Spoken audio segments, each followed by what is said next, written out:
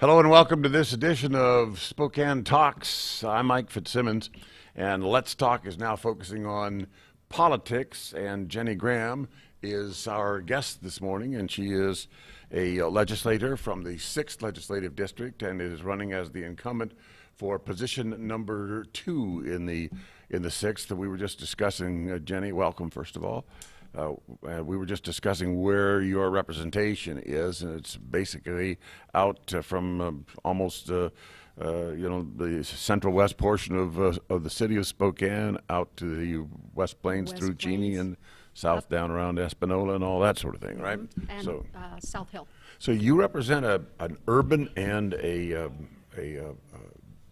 rural constituency. Well, yes, technically, but there's also military in there as well. Yes. The base is there. The airport is there. Yes. The Medical Lake community is there. Yes. So a rather big mix, right? You're a first year representative. You're finishing the last few months of your first term in office. Let me ask you first off.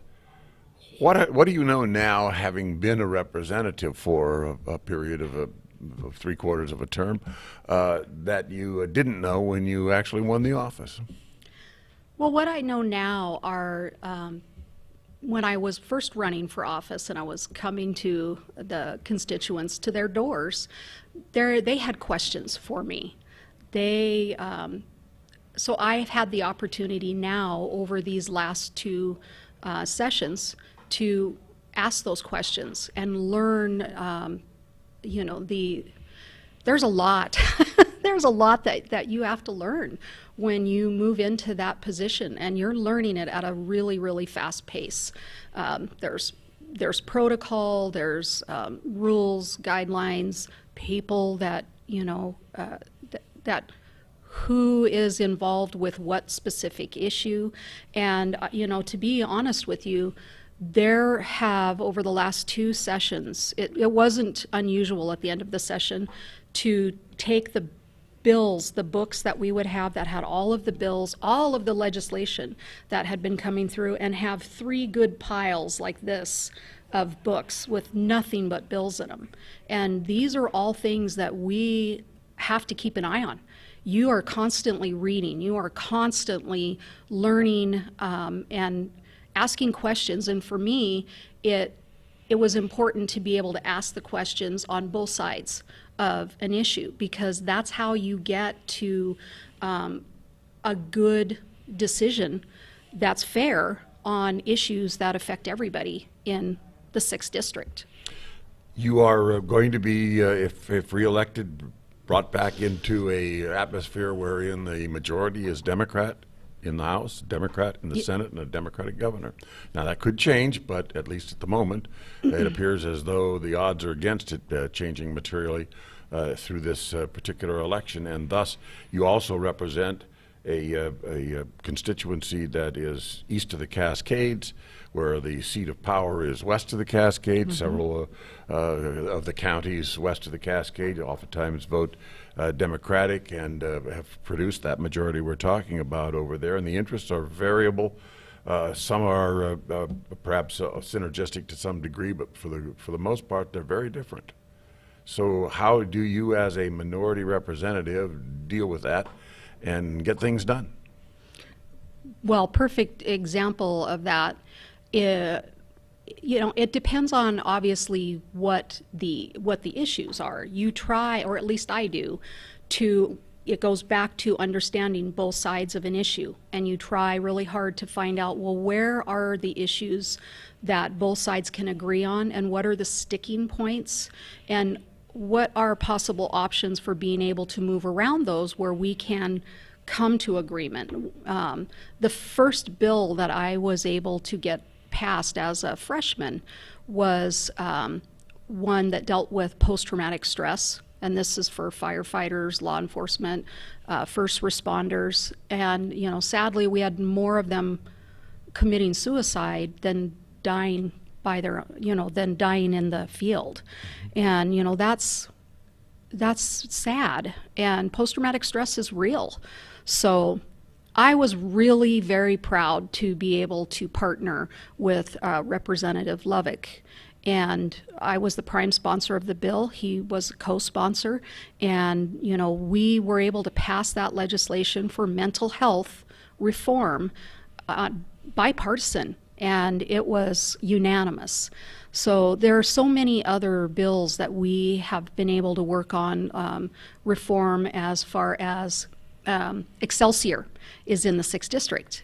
And because of the work that not only myself, but Representative Volz and others have worked on, we were able to secure money for Excelsior. And now they have a great program there that works with at-risk youth to help them, you know, to guide them in life. And there are 8 beds there now that we didn't have before. That's the first program that if there is somebody that is struggling with either mental health or substance abuse issues, because that was Ricky's Law that we ended up getting passed. That was bipartisan.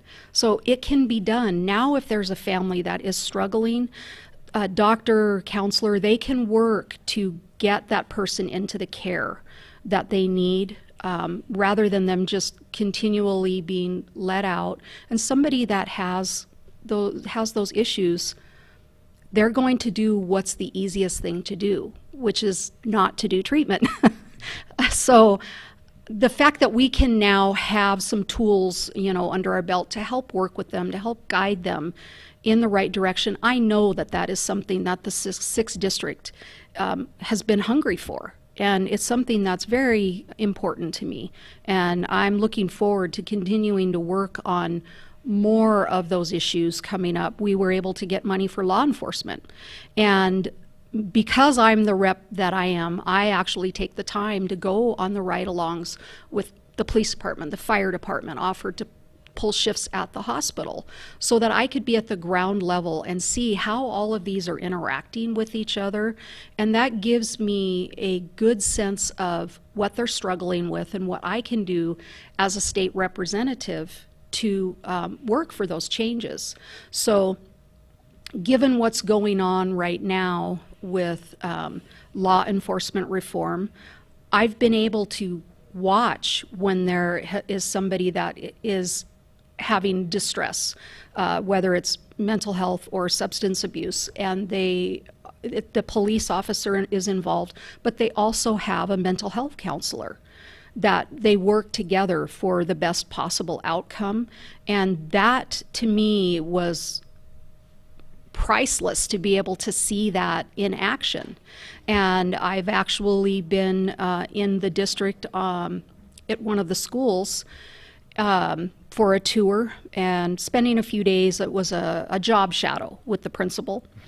And I was actually there during a lockdown of the schools.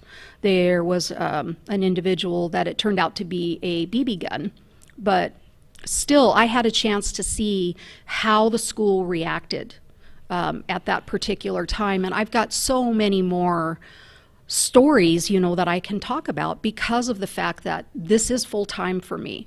And I care very much about our district. I care about the safety of our families and our neighborhoods. Let's talk about schools, since that's a hot topic right at the moment, and of course we're coming toward the fall, and there is a raging debate across the country about whether or not young people K through 12 should return to the classroom or have some form of a in-person in the classroom curriculum plus a remote process, or just a remote process, or whatever the case. Where do you stand on that? First, the very first thing is the safety of our kids and our teachers and staff, as well as parents and grandparents that may be affected by the kids going back to school.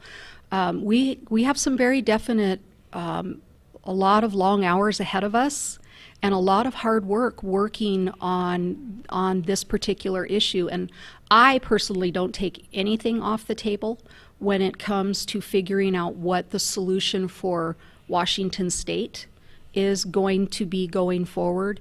And part of that is going to, I think, make a difference as far as whether this is going to be a Washington state across the board issue, or if this is going to be more local control. District by district. Yes, because there are some districts that are not experiencing the same amount of spread or deaths that more urban areas are. So they may not have to take some of the precautions that some of the other schools may. And I think one of the other important issues that we really should be also considering is that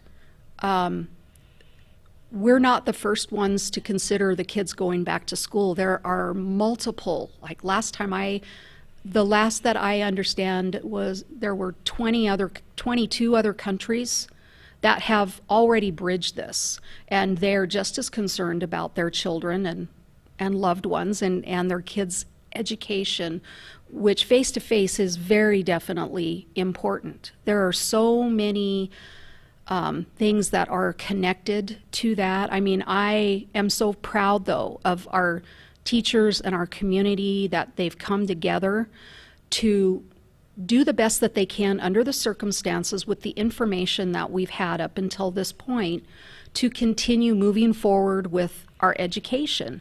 And I do believe that it is going to be important to get the kids back into the schools face-to-face safely as soon as possible. And if that means that we have to do it in a different way than we've done it in the past, then that's what we're going to need to do. You mentioned these several other countries, and also I'm sure you're aware of the latest data, medical data relative to the degree of risk that young people face relative to COVID, and it's very small, very small. Yes. And since it's very small, and the rate of carrier infection, where they would infect family members or elderly people or whatever, including their teachers, of course, in the classroom, is very remote, unlikely, highly unlikely. Is there a political component in any way driving these decisions that you detect, or is this really a bona fide effort to do the right thing from a health standpoint? I personally believe that we want to be able to see our kids go back to school safely. We want to protect the teachers. But I think that, this is it's a hard conversation to have because it's emotional. Right. And if you're able to step back and you're able to say, okay, let's, sit at the table, let's examine, what the data is, what the facts are. And, there are, again, other things that we also need to consider. Because I care again about this issue. So I am paying attention. I am reading everything that I can get my hands on, and part of the conversation. And one of the things that was brought up is that the flu season, the kids are more at risk for the flu, right, according to what the data is, than what they are at as far as COVID. Flu is just as nasty, it's just as deadly, but we've dealt with it differently. And I believe that there is an emotional component of that we do need to really take a look at and say, why would we treat one different than the other? Sure. But, in reality, it doesn't matter to me because the kids need to feel safe going back to schools. Parents need to feel safe sending their kids back to schools. Our teachers and our bus drivers are also in a situation where they are, especially bus drivers, are elderly and they are at risk. So we do need to be looking at what are the chances of kids possibly transmitting to them because they need to feel safe doing their jobs. And if for a little while because COVID's not going to be here forever. I refuse to believe that this is our new normal. It's not our new normal. We have a horrible bug that we are dealing with right now, and I'm proud of our community coming together to work together to find solutions so that we can keep moving forward because time is not stopping the virus is not going away. So we have to learn to function with this virus, and that is going to require coming to the table and really taking a look at all of this data. And, again, life is, there's no safety that's guaranteed in life. Nobody has 100% guarantee. And we can't live our lives in fear. If that were to happen, who would get in a car and drive, or fly a plane, or do any number of other things that have caused deaths in the past? Common sense dictates that we take a look at what are the risks, and you take calculated risks. Apart from the medical concerns, apart from the health issues, there's the economic component, obviously. If we don't go back to school, that means that many parents are going to have to essentially stay home, not work.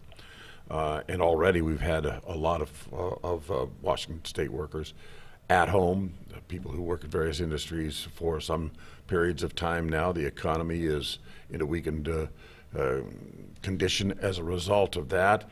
And as legislators, you folks are looking at the COVID and post-COVID era with the understanding that there are going to have to be some adjustments made in order to recover from the losses that have already begun to mount as a result of COVID. And the tax structure is on the table as one of the things that are going to be talked about. The majority is certainly eyeing the possibility that this may be the appropriate time to at long last do what they've wanted to do for some time, and that is to pass an income tax. There's also talk about an increase in property taxes, both locally as well as statewide, and other tax mechanisms that might be necessary in order to essentially refill the coffers as a result of the losses and such. Where do you stand on the economics of all of this? So on the economics point, we have got to have a strong economic option in order to be able to pay for all of these programs that we rely on, whether it's our firefighters, law enforcement, paying for education. That money has to be generated. To rely on waiting for the federal government to pay for that, I think, is a mistake, because that's still taxpayer dollars. You still have to pay for it. And, I, as a representative, am one of many that have signed on more than once, at least 2 official letters that we essentially almost nearly begged for a special session so that we could get in there before all of the new programs that were passed and all of the new taxes and that are going to be coming into play at a time when so many of the people in our district are struggling. Either they've lost their jobs, they've lost their businesses, they haven't been able to get money from the Employment Security Department, and that continues. I know that because I help people on a near daily basis trying to navigate that.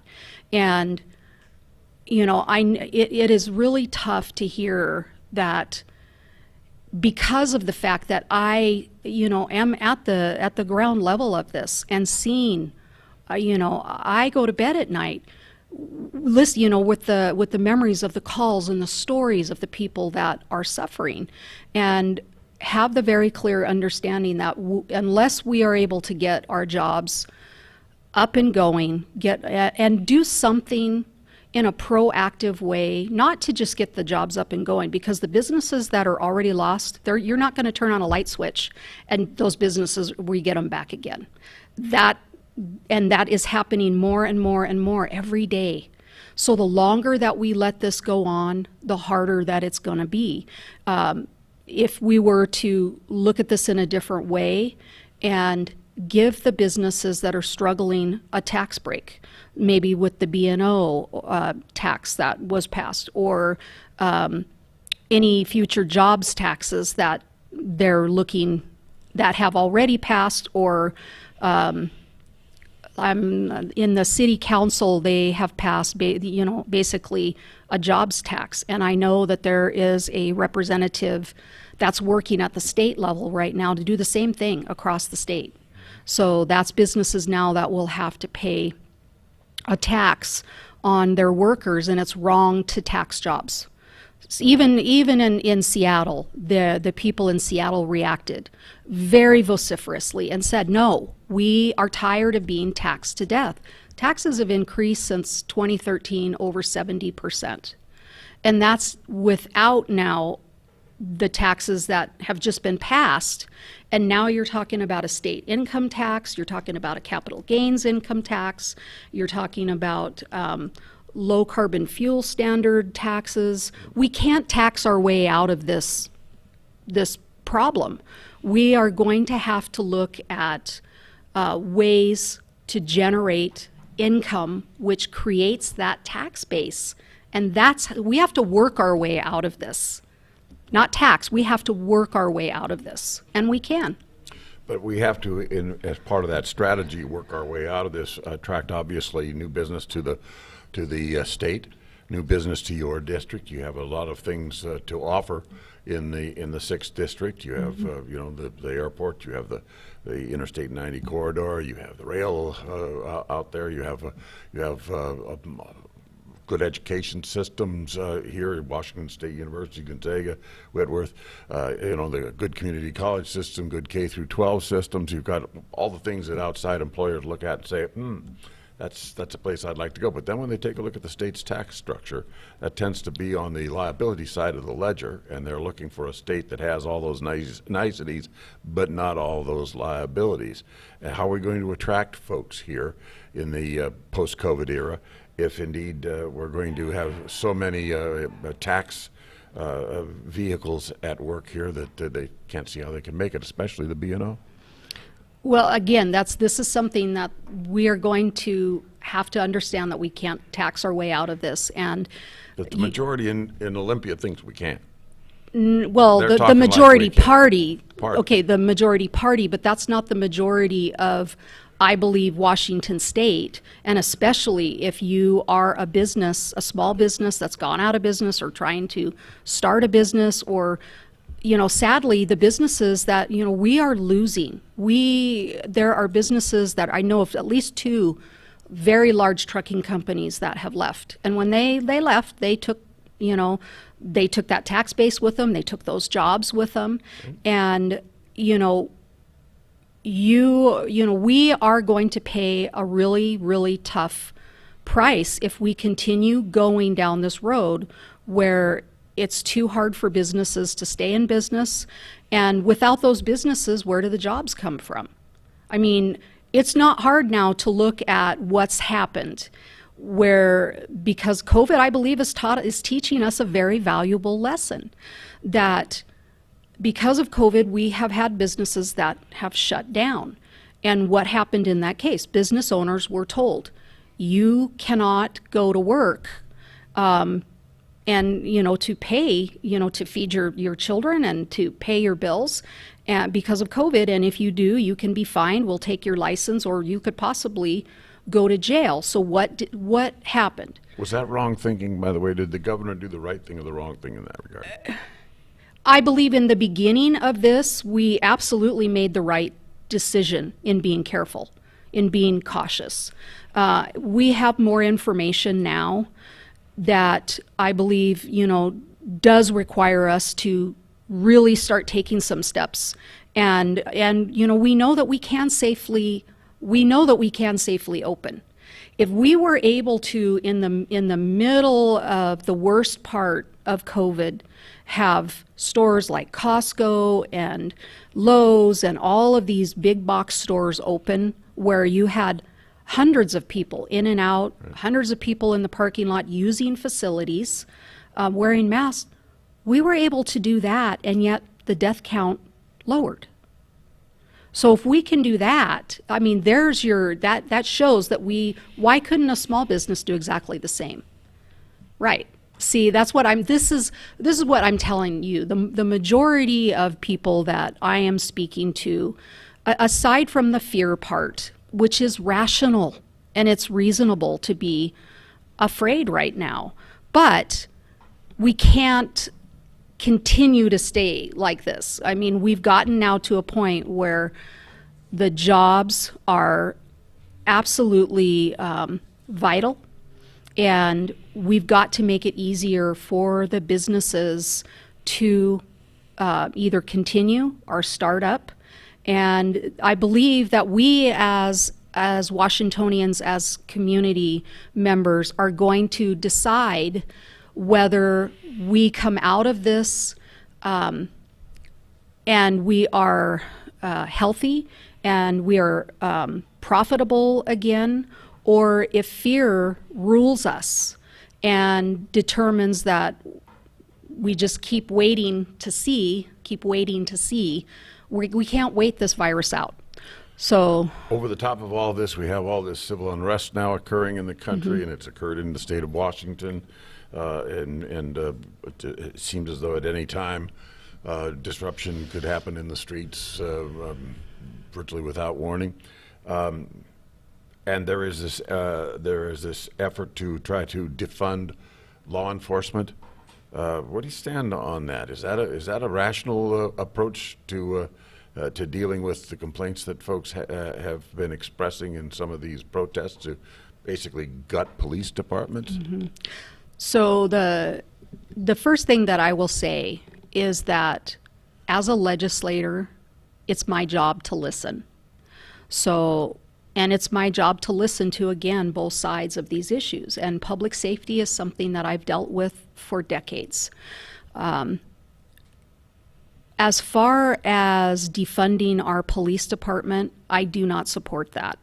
I was just reading something today about New York taking away they had a program that they took away that dealt with trying to prevent crime, and their crime is skyrocketing right now. Right. The murders are going off the charts, and why wouldn't they?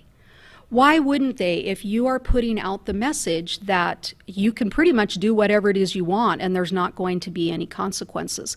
And the victims of the crimes are going to be told, sorry, pick yourself up by your bootstraps and figure it out. And there are not the resources for the victims or the families of the crimes that are happening. So one of the things, again, that I'm proud of, again, in Spokane is because of Otto Zem, which was a horrible, horrible death that happened, that because of public outcry and because of it being the right thing to do, law enforcement in our area has stepped up. They have already been working on programs to make these important changes that include the community. And when we talk about law enforcement reform, it's important that when we have this conversation, that we also, again, look at the other side of that conversation as far as, okay, what does the community expect of law enforcement when they are engaging in certain situations? And what do we expect of the public when we are engaging in certain situations? Because right now, it's very unbalanced. And because of that, I believe that's a lot of why we have so much anger and unrest right now. And I see that only getting worse if we do not become really serious, and especially with gun crimes. You're hearing all across the nation that there are more crimes that are being committed with guns. Well, it's not the guns that are committing the crimes. It's the person that is picking up that gun that is deciding risk versus reward, and whether they, what the consequences are going to be if they get caught. And in Washington State, I've had a front row seat to watching these gun crimes not be treated as seriously as they should be. The sentences are getting less. They're not increasing. So the question that I have for the people in the 6th District is, do you mean it when you say that you want to decrease gun violence? Because it's just like when they were letting the inmates out with COVID-19 and there was not a plan and there were other options that we had available. If you looked at that list, there were individuals that had committed crimes that also had gun enhancements attached to that. So I was asking the question, why are we letting these particular individuals out? Why? I mean, if you're going to give that sentence for that crime, you mean it. You want them to stop committing crimes with guns or weapons. We need to come together and really mean it. And that's when you start to see things decrease. And, again, you look at what's happening in New York and other places where they're dialing back police. Their crime rates are rising. Seattle. Right. It's Seattle, happening in same Seattle. thing. Same thing's happening in Yeah. Seattle. Now, we seem to have, you mentioned the disparity between a big box hardware store, for example, being able to have folks shop there without restrictions of wear a mask or whatever the case might be, but the smaller businesses offering the same sorts of services had to shut down, right? That is something that continues to puzzle many of us with respect to why that happened, but also in the First Amendment. When you had the rioting that occurred in Seattle streets, and you had the situation that occurred in Capitol Hill district of Seattle, and everybody was sort of stay back. This is a protest. This is protected by the First Amendment. But what about the people's rights to go to church? That's also defended in the same First Amendment, and that got overlooked. Oh, you can't do that. Can't have more than 10 or 12 or 15 or 100 people. You got to shut it all down. You got to do folks with an average amount of intelligence look at that kind of a situation and say, there's something else at play here, and it isn't fairness, and it isn't fundamental rights. Somebody's got an agenda they're advancing here, and how can I risk being arrested for worshiping, which is a First Amendment right, but somebody can't be arrested or will not be held or whatever for rioting somehow or other? That just does not compute. It's not fair, and the public sees that. Readily. They do. They're experiencing the consequences of these actions. And going back to your point about peaceful protest is that you have a right to be heard. Of course you do. When the public is upset about something, they absolutely have a right to their freedom of speech and freedom of assembly. However, peaceable assembly.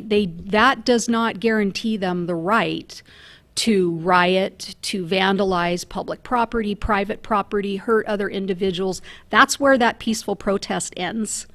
And a peaceful protest does not include throwing rocks and No. throwing frozen, water bottles, and things feces, that's not peaceful and protest. no, it's not. There's not that at all. It's not. And yet at the same time, and you recognize this, the confusion is largely because the media overlooks that reality, kind of just turns a blind eye to that sort of thing. Well, these are protesters, and they're just exercising their First Amendment right. Oh no, they're not. And we have a long history of arresting people for disturbing the peace because they weren't peacefully protesting, or the venue where they were on an interstate, for example, as opposed to in a public park. It just simply was not appropriate. It was creating a public safety issue. Right. Well, it is against the law for them to be blocking the roads, and that's. But they do it. I know, and I'm how many going go to jail for that and get prosecuted? Well, and this is okay. Here's my point with this again. They do have a right to peaceful protesting. However, when they are blocking the streets and the consequences are, families not being able to make it to pick up their children on time, or maybe there is somebody that has a medical emergency, and this has happened where people have died, or firefighters that can't get to a fire, and sadly there's been children that have died in fires because the firefighters were prevented from getting there. We saw 2 young people who were shot in that Capitol Hill area where they wouldn't allow the paramedics to come in. One of them died. Right, and that's going to be another consequence. If we're defunding the police and we have an emergency that comes up, the police don't want to see, parents suffer like the father of the the 19-year-old the kid that Shot was there. shot, and it's my understanding that he basically bled to death That's right. because he couldn't get medical attention In time. Yeah, right. and sadly, from again having that front row seat, his family, I will be very surprised if they actually get justice in our justice system right now. If there is a push to actually catch the killer, because if you look at the King County prosecutor that we have right now, he's refusing to prosecute crimes. From my point of view, with having a sister that's been murdered and other people that I know, I have had to fight as a family member to say, whoa, we need some balance in our justice system. To number one, try to prevent these murders from happening by not slapping somebody's hand when they do as a it. legislator then, obviously, Jenny, you cannot do this yourself. No. But you can do things that will lead to policy that would be what your constituents want and need. Mm-hmm. And this is a very challenging time we're in. Things being what they are, this could be one of the single most important sessions of the Washington State Legislature in history. I mean, there's so many issues on the table that have to be resolved, and so many consequences and so much risk associated with making the wrong decisions at this time. In summation, we're enslaved to the clock here. In summation, why should your constituents return you back to the House of Representatives in the 6th District, and what are the major focuses you're going to undertake if they do? Well, I have worked very hard and continue to work hard for everybody in our community in the 6th District. The issues I take very seriously. This is definitely not a time for training wheels, because this is an important issue, and there are a lot of things at play that make a difference when we have to take a vote on something. This is one of the things that I have said to constituents. If something's come up and there was confusion as to, well, why did she vote that way? Part of it is because there are some things that could be unintended consequences that you may not know about. So that's why I always say, call me, talk to me. And I'm grateful that so many of you are. I have, because I can work full-time, and I do, I enjoy doing this job. I enjoy working with you. I said when I was running before that I was going to take you with me to Olympia, because I work for you. I am your voice, but we have to do this together. I can't do this without you. You can't do this without me. We're a team. And that's why I've said oftentimes the mighty 6th District, because this is a team effort. And I know that we are going to be looking at some tough issues that are coming up, as far as we've got to get through COVID. We have to deal with budget issues that are coming up. And we will. We've got to get our kids back to school. We need safe neighborhoods, and we need to preserve being able to keep a job, and the business owners need to have some consistency so that they know that they can safely come back to work and things aren't going to change 2 weeks later, a month later. And I believe that by starting to really set some things in motions, as far as these are solutions that we're working for. We know that this exists this way. We know that this works, so we are moving ahead because we are choosing not to live in fear, and we are choosing to support each other and come out of this successfully on the other end. Lastly, your team. How do people join your team? How do they contact you? How can they contribute? What are your contact information? Okay, so they can reach me at Jenny, votejennygraham.com or votejennygraham.com, and that's the quickest way to be able to reach me at this They point. can navigate a website and find The out how to website, donate yeah, and the website gives involved you, and all the rest. yeah, the website gives you all kinds of information as well as resources, because helping people in my district's been important. I've also included a section in there for somebody that may be struggling, readily resources that are there. And if you are still struggling with unemployment, please call me. We have been able to help quite a few people be able to, get that navigated so that you can have some income coming in. We thank you for joining us today. Thank you. And she is Jenny Graham, and she is the incumbent running once again for the House of Representatives from the 6th Legislative District of Washington. Thank you for tuning in to this edition of Let's Talk. I'm Mike Fitzsimmons.